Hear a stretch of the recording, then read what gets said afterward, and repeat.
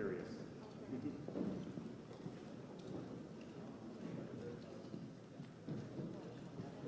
Thank you so much.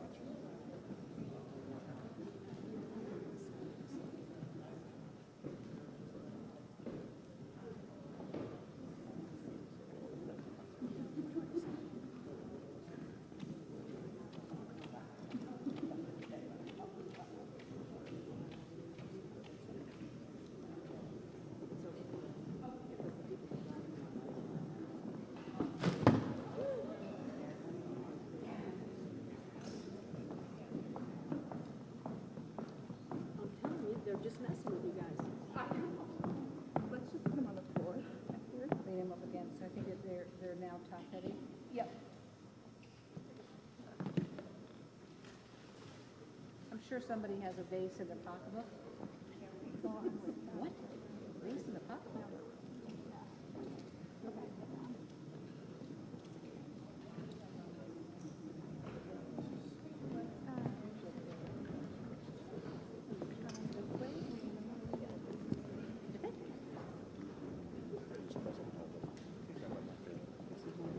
We're going to start in a couple of minutes. We just want to hold it for just a few minutes for people to arrive. So thank you for your patience.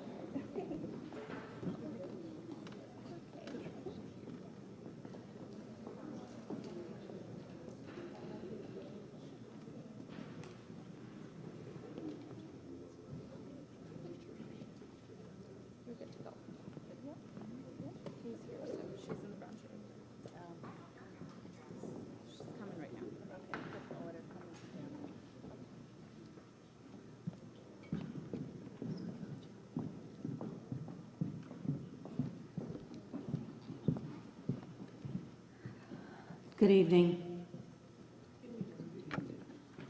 I first obviously need to say one thing, and our prayers and condolences go to the families of the school shooting in Florida. I'm sure it's on everybody's mind, so I would be remiss if I didn't mention again another horrible event that has happened in our lives. I want to thank you all for being here today with us as we remember the precious lives of Edwin and Jeffrey and Blair and all the other victims of drunk driving. The shortness of their lives and the tragedy of their deaths grieve all of us. I want to begin to let you know the purpose of what a vigil is to MADD. We lost the amazing Colts player Edwin Jackson and an Uber driver partner, Jeffrey Monroe, in an alleged drunk driving crash on February 4th. In fact, there were several other crashes that day, and one close by here that killed another Uber driver as well. Is Leo here, just so I know? Leo, would you like to sit with us up here?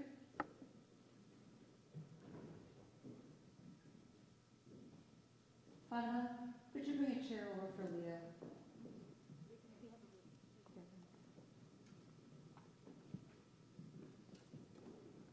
Blair Edmond, that's his dad, Leo. Edwin's parents, an incredible family, is in front. Cora is up here with me. And Jeffrey Monroe's beautiful bride is with us also. You know, we host these candlelight vigils honoring drunk driving victims across the country. More than I want to go to, more than I want to attend. And the reason is that, you know, we're aware that these drunk driving crashes are so sudden. They're always tragic. They're always violent. And also result in either death or injuries. And you can't prepare yourself for drunk driving crashes. You can't prepare yourself for drunk driving crashes. And we know that they are completely 100% preventable. I also am a drunk driving victim. I lost my son, Dustin. I lost him to a violent crime, and I know the value of the community. I know the value of the community coming together to provide support and love during this very difficult time. I can tell you that it took me about a year to get to MADD because I didn't know what and who they were. And once I did, I had only wished I had gotten to them sooner.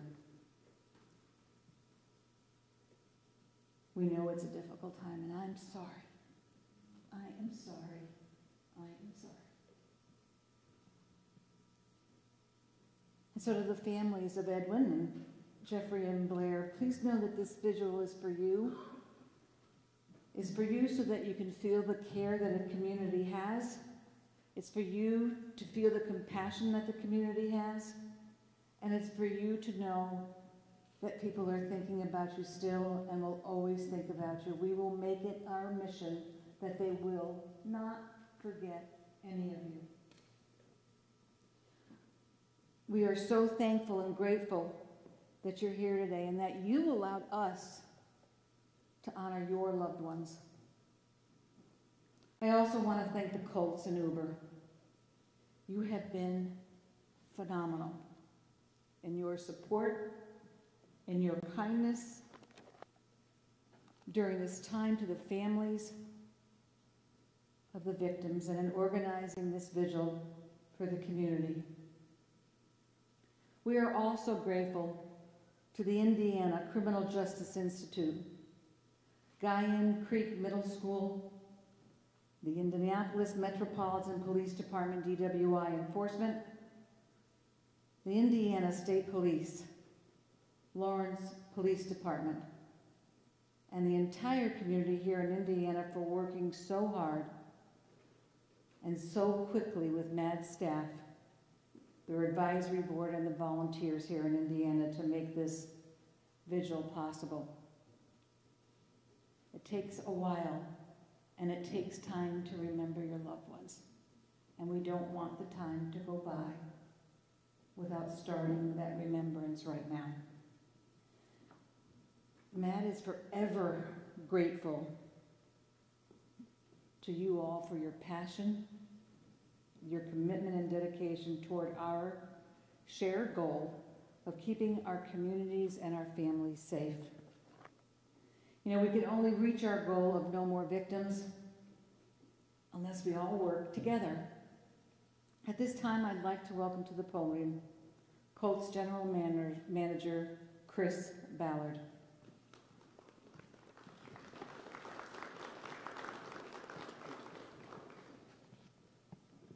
So last Sunday morning, we lost two people who are both very special individuals, both Edwin and Jeffrey. And I want to thank MADD for putting on this event, because what we need to understand is that it just takes one of us to make a difference. It takes one person at a time. And for somebody to selfishly get in a car, drunk, with no regard for anybody else's life, is a very selfish act. I want to thank the Jackson family and the Monroe family. I went to spent time with both of them, both at the funeral, just wonderful people.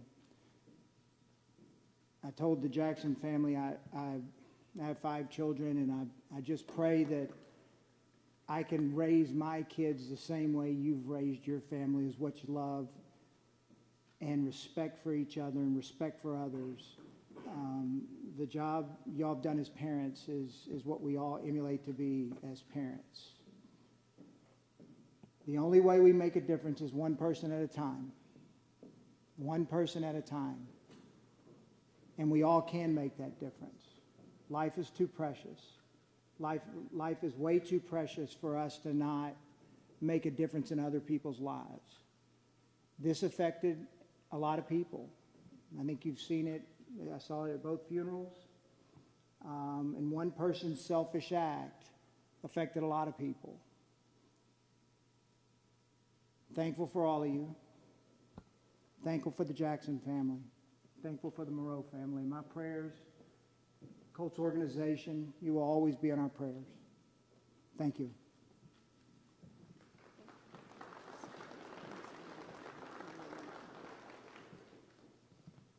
Thank you, Chris. I know it's a difficult time for you and the entire team, and I just really appreciate you being here. I'd now like to introduce you Carol Shang, the General Manager of Uber.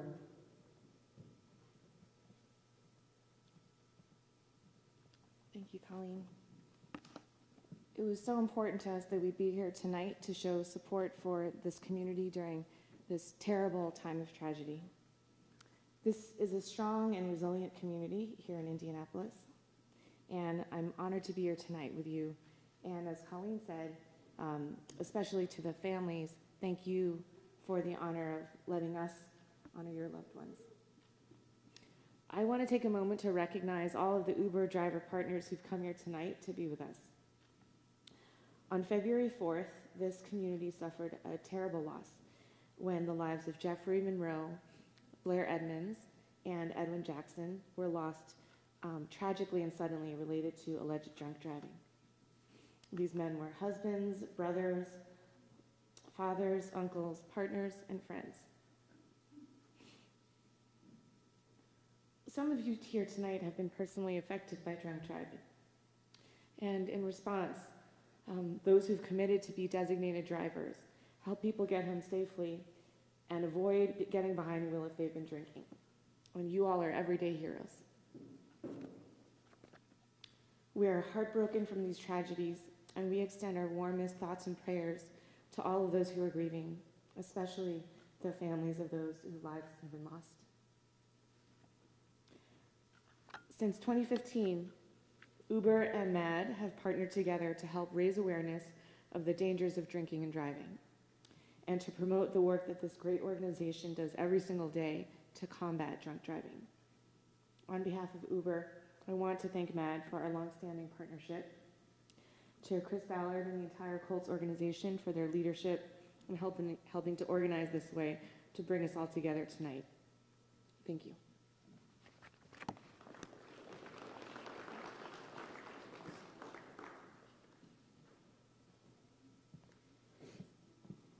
Thank you, Carol. We truly appreciate you being here as well.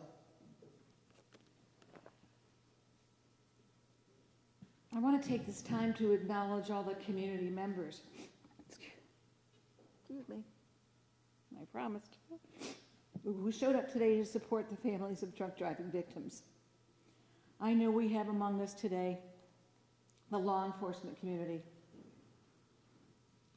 the Colts players, Uber driver partners are here, and other victims of drunk driving, and many, many more community members. Thank you for coming together to be here for Edwin and Jeffrey and Blair's families. Please allow me to introduce Cora Asiana. She is Edwin's sister and representing the family and speaking tonight.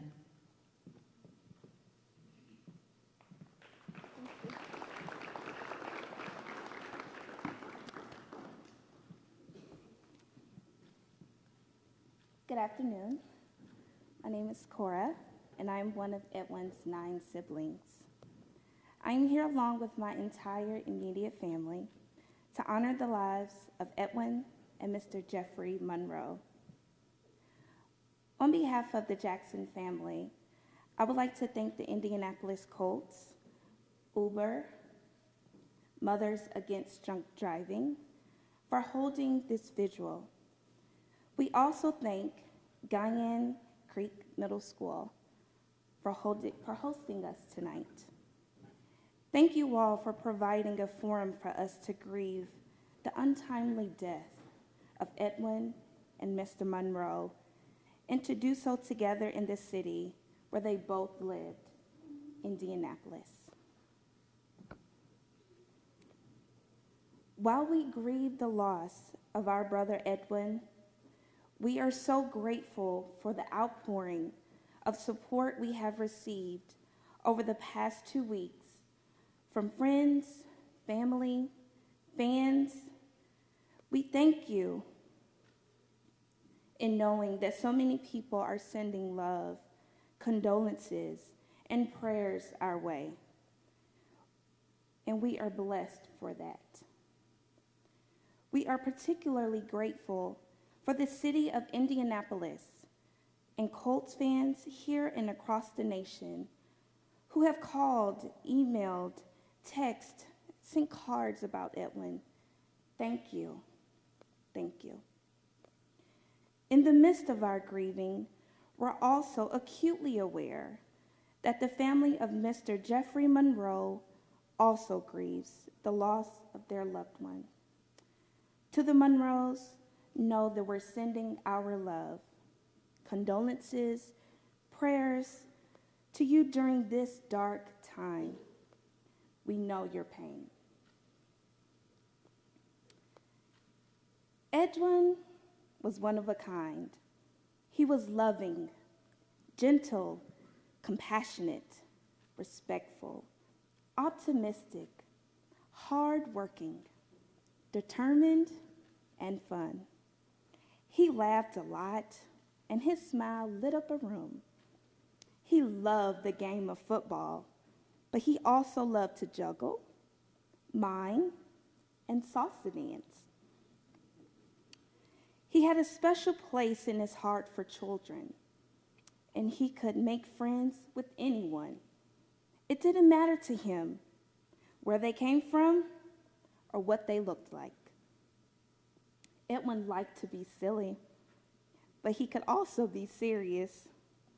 And he took the work of mastering football seriously, as well as his community service work, which was near and dear to his heart. Edwin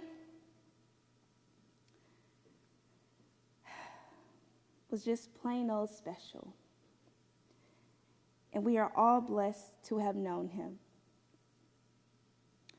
While there is no replacement for our loss, we are comforted by the prospect of Edwin's legacy, which live on through the foundation he started before his passing, the Edwin Jackson 53 Foundation. The Edwin Jackson 53 Foundation will give selected walk-on student athletes from any financial assistance to help them reach their full potential. The foundation will also empower and enrich underrepresented communities and underprivileged youth through its initiative called the Pound Cake Club.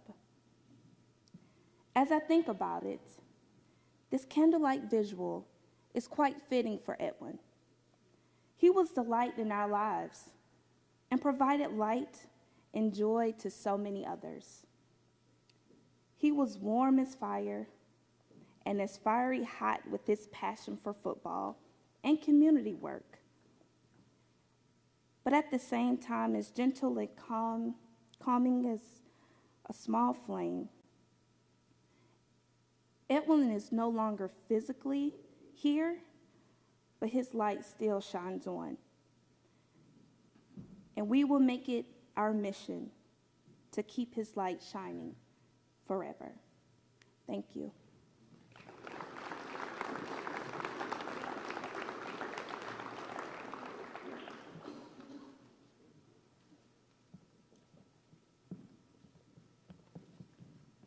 I don't think there's anybody here that's not going to try to keep his light shining. I promise you. Thank you for sharing, Edwin, with us, and our thoughts and prayers are with you and your family. And Mrs. Jackson, let me tell you something. If you haven't had a chance to take a look at this gorgeous family, this is an amazing, beautiful family. It takes my breath away. And now I'd like to invite Deborah Monroe, wife of Jeffrey Monroe, the Uber driver who was driving Edwin at the time of the crash. Deborah?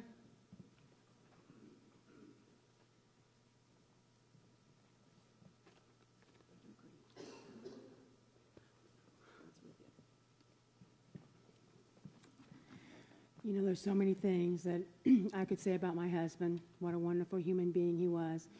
And it strikes me as it just generally strikes me that when you look at the qualities of Edwin and you look at the qualities of Jeff, they would have been friends had they known each other, because they are both cut from the same cloth. They were both raised, what I always say, they were both raised right. So they knew where their values were. Our relationship was a love story, I call it, for the ages. The girls asked me last week, you know, how did you meet Uncle Jeff? Because they didn't know. It's not a story that we published. But we were in Chicago, and at that time, and don't try this today because it's not safe, there were phone dating services. So we met over the phone. We talked for a month, decided, oh, we could be friends, go out, have some fun, you know, date and stuff like that. So we went to see this movie. Yeah, I'm going to date myself. It's called Death Becomes Her. So y'all know how old I am. And you know what? After that, we were never apart. It's just ironic. Our plans for just being friends, I went down the tubes.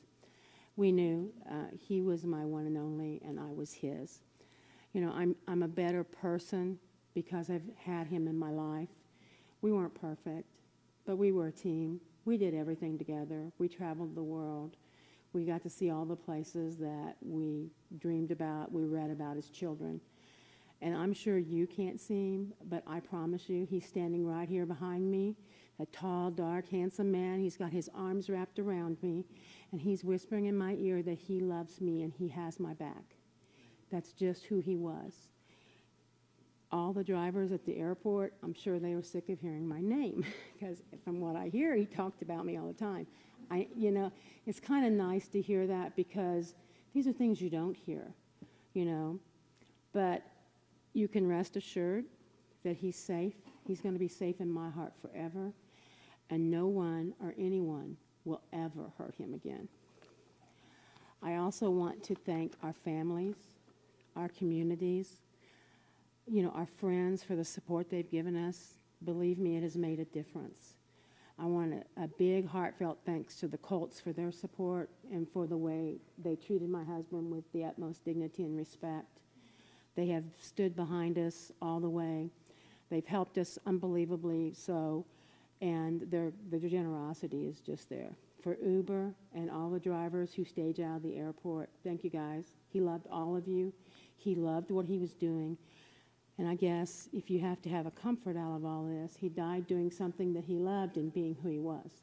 He was always helping other people. He never thought of himself. He told me once that when he had passengers who were ill, if he got out of the car with them, if they didn't have anybody with them, he would put himself between the passenger and the road, so that the passenger would never get harmed. I have no doubt that that's what was going on Saturday, that Sunday morning. But, I also have no doubt, and I want to thank the policemen, the detectives, and the prosecutors. They're doing what he would have done. They're dotting every I, and they're crossing every T to make sure our loved ones get the justice that they deserve. Neither one of these men deserved what they got. They were both good men. They both deserved to die in their beds at ripe old age. My condolences to the Jackson family. I lost my husband, but you lost a child. He was 26 years old. At least my husband lived 54 years. I can't imagine the suffering.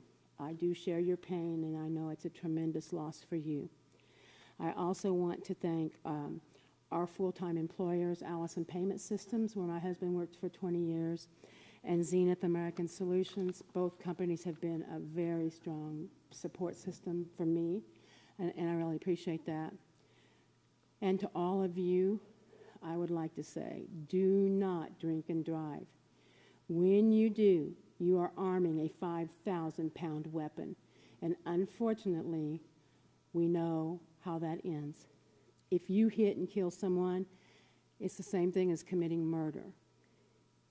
Because of one person's selfish actions in the early hours of February the 4th, 2 families are forever changed and are going to be forever missing people. If you are impaired, call a friend or call Uber. God bless all of you.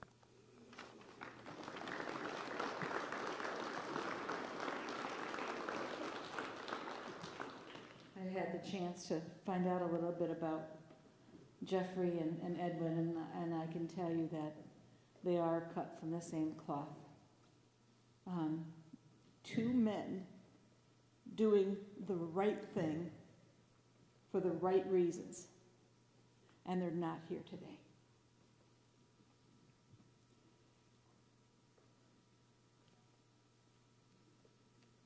I want to take just a couple minutes to pay tribute to all of them. Edwin, Jeffrey, and Blair, and all the victims of drunk driving. I see Laces for Lisa up there. I met you during a walk recently. So, sister, I remember your sister. We passed out some wooden hearts when you came in, and I don't know whether you have them all or not. And if you need some, we'll have volunteers just come by real quick and give you a wooden heart and a pen. I know some people were kind of coming in this way. So if you haven't got one and want one, just please raise your hand so we can get you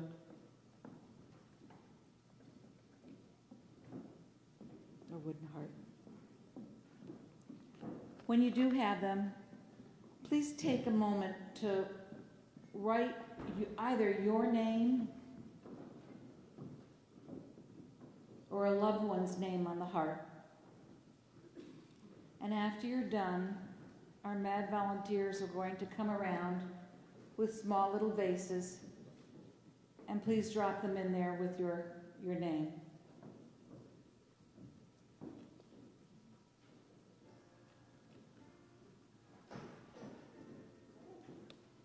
This will take a few minutes, so you'll just hear a little bit of music after. And I have to do mine as well.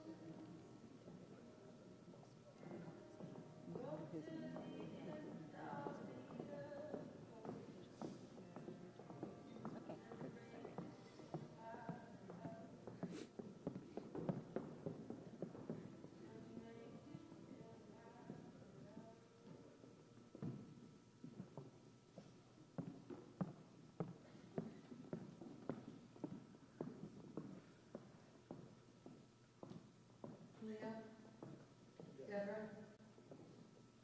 And I think Mrs. Jackson. Would you guys mind coming up? Yeah, yeah. I want you to understand and know the. Do we have one more vase going around? I thought I saw a couple more. Nope. Then you get to hold my hand. Nope, we do.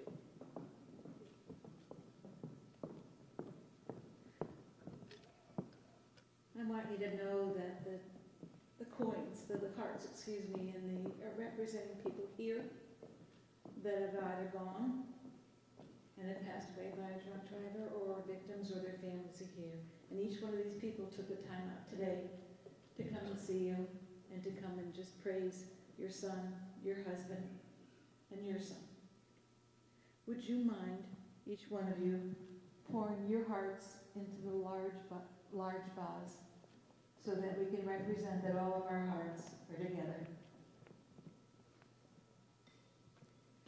All of these hearts are with you.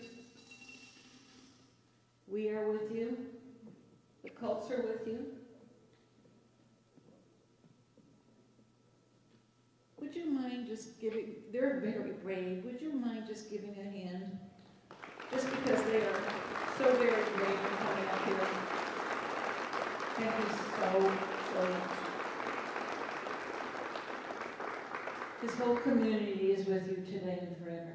So thank you for coming tonight. You can sit back down if you'd like. All of you also probably received a little tea light. And I'm wondering if you would just hold them up. And I don't know whether we have a school facilitator here, if the lights could be dimmed a little. I was going to say, if you can turn them on, I didn't meant to say light them up, but. And I don't know whether the.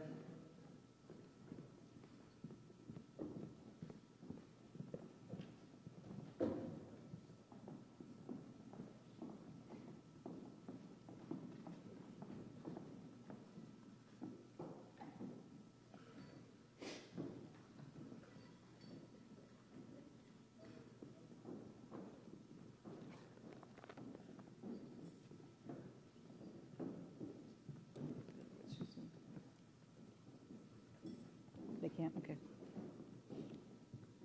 I can understand that they, we don't want anybody tripping, we can't turn the lights off, so if you wouldn't mind just standing for one moment and holding it.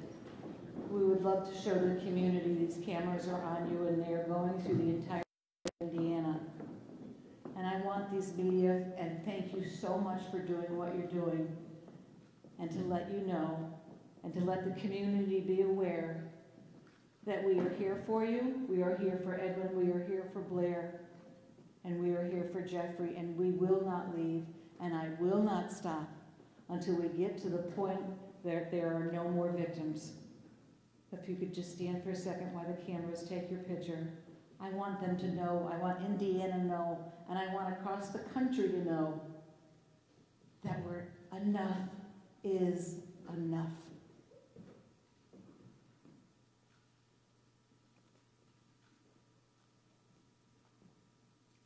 I also want to take this moment to make sure that each of us remember that our family members and our loved ones impacted by drunk driving are not just another statistic. They have names. We have a practice at MADD. We want to remember your loved ones, and we do that by repeating their names. So after I say the name of Edwin, Blair, and Jeffrey, would you mind repeating it after me? So please join me in speaking Edwin's, Jeffrey's, and Blair's name now. Repeat after me. Edwin Jackson. Edwin Jackson. Repeat after me. Jeffrey Monroe. Jeffrey Monroe. And please repeat after me. Blair Edmond. Blair Edmond. Thank you so, so much. Thank you for allowing us to take your picture. And you could be seated now if you like. Today, we are unified as one MADD, as one community, and as one heart. And while our hearts are broken, we long to create a day when there will be no more victims. MADD was built on turning tragedy into advocacy. In the 38 years since MADD has been founded, our nation's attitudes and laws on drunk driving have changed, but still more than 10,000 people are still killed by drunk drivers each year. 211 in Indiana last year, 29 people a day. 29 people a day are killed by a drunk driver. We share the roads across the country with 300,000 drunk drivers. And less than 4,000 get arrested. That's why we continue to work hard, to fight hard in every state in Washington, D.C. to make sure that people like Edwin, Jeffrey, and Blair are remembered. We're working for them and we're working for you. Because we know that we can and we must stop this. As MADD's national president, I travel across the country, being the voice of the victims, representing victims and survivors. And I really am inspired every day by the strength and determination I see from the loved ones who come to MADD to find their lifeline, to see the determination of the Monroes, the Jacksons, and the Edmonds. To walk here today took a lot of energy. This is the last place you wanted to be. And I honor you for taking that step. I honor you, Cora, for saying yes, that you would speak. Leo, thank you for coming even at the last minute. I know we tried, and we just want to make sure you were present. So we hope we didn't bug you. And Deborah, thank you for bringing his memory. She swears that the roses fell because he pushed them. And I think that he probably did. He wanted to make sure that the roses came out and they went directly to her. And that was a quote, I think, wasn't it? Red roses. I hope you find your lifeline. Believe me, I know what it's like. Did I talk too much? Oh, my Lord. I'm out of battery.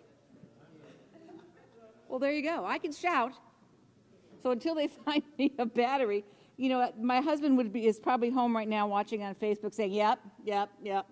She spoke too much again. I know what it's like to search for that lifeline. And that's what MADD has been for me since my son was killed on July 10th, 2004, 18 years old.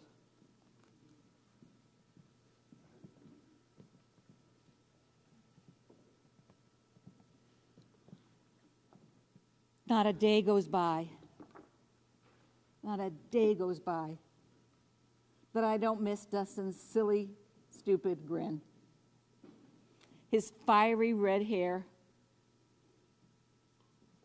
and his incredible sense of humor, probably much like Jeffrey and Edwin. I could tell by those pictures when I had the chance, thank you so much. I could tell when I saw the pictures that they were brought up well. I didn't know how good looking. And Mr. Jackson, I know you had a hand in this. I know I went to your wife, but I know you had a hand in, just want to make sure you weren't left out. Dustin's memory inspires me every day. You see, as part of being the national president, you had to have lost somebody. I didn't go to college to be the national president of MADD. You don't do that. You serve, you become a part of MADD, and no one knows about MADD until you need us. And I have talked about the worst day of my life every day since July 10th, 2004. And it gives me strength. And the more I find out little things about Dustin from friends that I'm still in contact with, those that are marrying, those that are having kids already, I always hear something little. And I'm sure you will continue to hear something about Jeffrey. And you're going to hear a funny story about Edwin. And you're going to hear a funny story about Blair. Dustin's memory inspires me to reach out to others who are hurting. It inspires me to speak at every opportunity that I can about the campaign that we started back in 2006 to eliminate drunk driving. I believe it's our blueprint for reaching that goal when we can't say no more victims. I'm going to tell you this campaign very, very briefly. First, it's our law enforcement. We need to support our law enforcement. If there are law enforcement here, would you mind standing or at least just stepping out a little bit so that we can say thank you for what you do each and every day?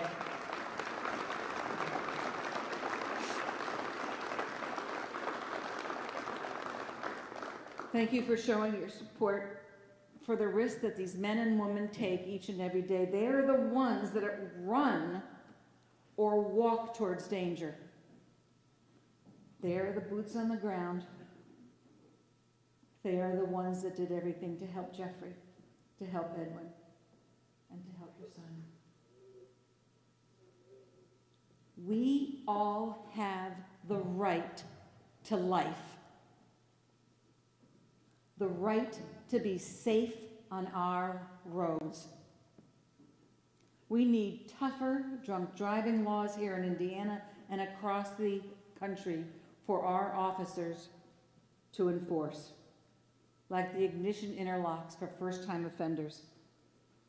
That little thing that's about the size of a cell phone that can stop somebody who has been drinking so they can't start that car. We need the support to keep looking at emerging technologies as well. One is coming out called DADS. I'm going to quiz y'all on this. DADS, D-A-D-S-S. It stands for Driver Alcohol Detection System for Safety. Used to be something like seatbelts. It was an option. You could get power steering. It's an option. And pretty soon we will have the opportunity to put something in our vehicles so that the driver cannot drive drunk. I know if I had teenagers again, that would be one of the first options I'd be asking for. So the little touchpad will read it through your finger, or as you are breathing, the molecules between carbon monoxide and ethanol will be looked at and quickly, within seconds, determine whether that car is going to start or not. The quiz comes later. Don't forget. And lastly, and sometimes to me from my heart, we need you to join us in the fight. Nobody knows about MADD until you need them. They think drunk driving is done. They think it's not a problem anymore. It kills over 10,000 people a year. And I could bet you if 3 777s went down and killed 10,000 people, the FAA wouldn't let another aircraft up in the air until they found out what was wrong and made it right. So we need our legislators and our congressmen pass smart justice. And we also just need everyone to take personal responsibility for their actions. That means planning for a non-drinking driver when your plans do include alcohol, making sure your party guests are also designating a non-drinking driver, and using one of the many available options that are here today, like Uber, taxis, non-drinking friends, and public transportation. There's no reason in this world to get behind a wheel, like Deborah said, and turn a 5,000-pound car into a 5,000-pound weapon. We also want you to remember that as victims and survivors, you're not alone. You'll always have a place at MADD. And as I said, your loved ones, your families, your friends, they'll always have a place at MADD also. And it is for them and because of them that MADD will keep working. I do believe we can eliminate drunk driving, at least in my lifetime, I hope. I believe in a day when there will be no more victims, that we don't have to invite you to things like this. To touch a heart, I need you to remember this, to touch a heart is to change an action. To change an action is to save a life. My hope for our time together tonight is that with the strength that you find from your faith and your beliefs, that you will continue to find hope, find light, and find grace. I thank you, and may God bless you. I'd like to ask Kay Ingenbrod to come up. Oh, she's here. chair of MADD's Indiana Advisory Board, and she is going to share a poem with us called New Beginnings.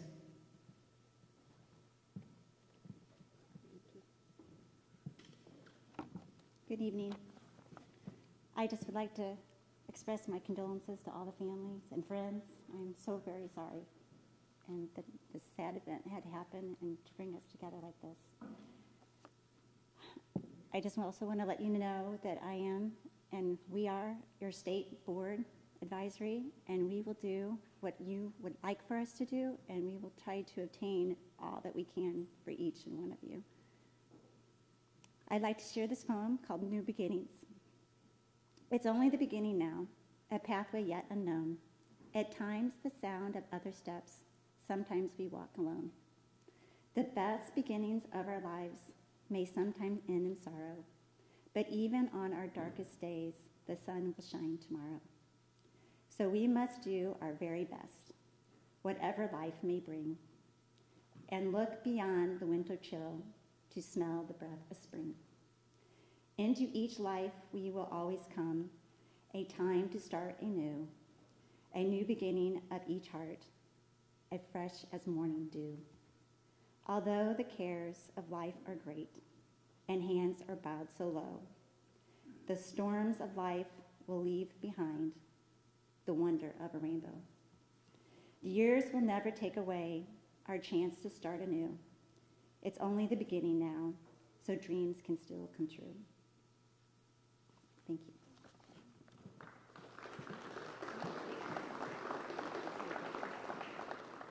I want to thank everybody for coming this evening. I promised 6:30, and I could talk a few more minutes, but I'm going to give you back 5 minutes of time to thank you for coming, and for anybody that wants to just to hang and talk, we're here to hang and talk. Be here for you as much as you need. Thank you for coming, and I really, really am sorry. God bless you all. Good night.